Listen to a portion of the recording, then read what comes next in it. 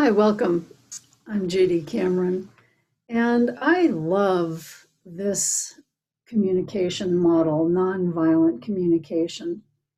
And I wanted to give more examples, if you've heard this information before, of how to use this model because it decreases our desire to blame other people, to feel attacked. It just decreases resentments and is a really beautiful way to communicate. It's really high level way of communicating as well. And it comes from a gentleman who's an international mediator, Dr. Marshall Rosenberg. I met him years ago and took his trainings, and it's just a really elegant way to communicate your needs. Now, what Dr. Rosenberg says is that the objective of NVC, or nonviolent communication, is not to change people and their behavior in order for us or for me to get my way, but rather to establish relationships based on honesty and empathy, which will eventually fulfill everyone's needs. I wanted to give some examples because sometimes the hardest part is verbalizing our requests.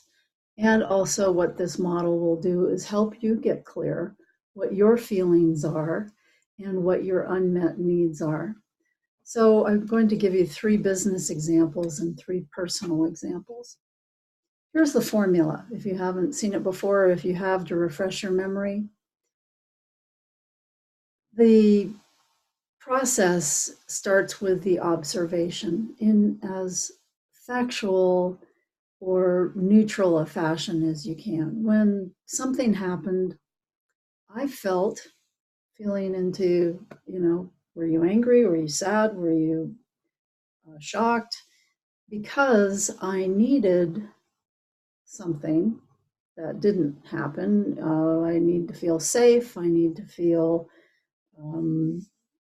in control, whatever it is. And then the request is in a positive phraseology, would you be willing to? So let's get into some examples to make this more concrete. Here's an example. When we left our conversation unfinished yesterday, I felt incomplete because I needed to be understood. And the request might be, would you be willing to find time to tell me what you heard me say? And I'll do the same for you, so we can both be understood. And this is instead of a better replacement, probably, for my perception that I was ignored during the meeting. I get angry. I start blaming other people for me not being understood. So, this is again a formula that helps us become more neutral, more clear to other people, certainly after we become clear ourselves. Here's another example. When you came into my office without knocking yesterday, I felt frustrated because I lost my train of thought and I need to be able to focus to finish my project. Would you agree to knock before coming in? Or if you're in more of a boss situation, I'd like you to agree to knock before coming in. And most people today really don't have an office. It's more of this cubicle situation. But what I have seen work is people either go somewhere else, to the library, to some quiet place where they can work privately. But if you establish an office protocol, perhaps, where if people need to really focus, they're on a time frame, deadline, you put up a poster by your desk that says, I really need to be, unless it's an emergency, I need this time to focus and get my job done.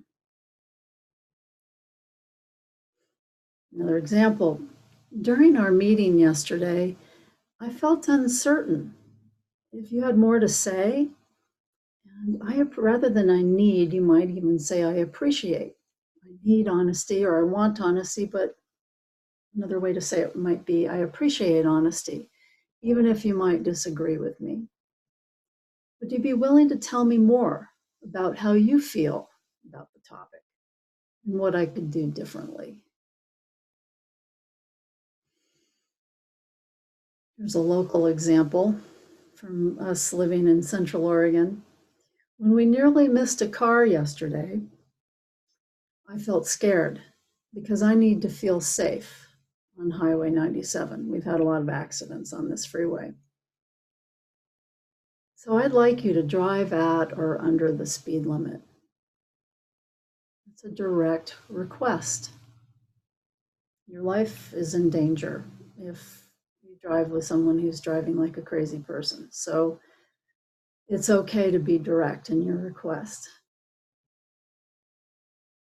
Another example, when we got angry about our finances yesterday, I felt unappreciated because I want to be encouraged for what I am doing to pay our bills on time.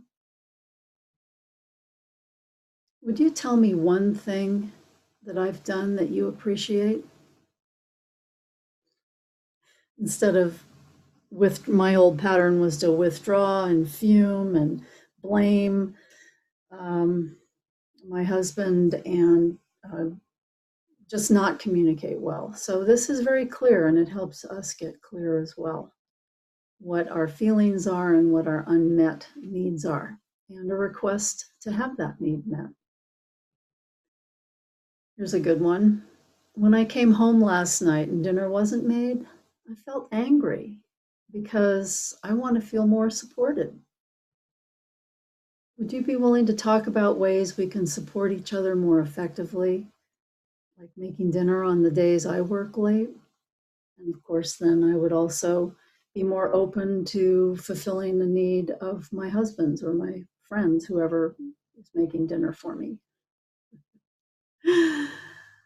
So those are some examples. I hope they help. And if you want my contact information, there it is. Thanks for joining me. I appreciate it.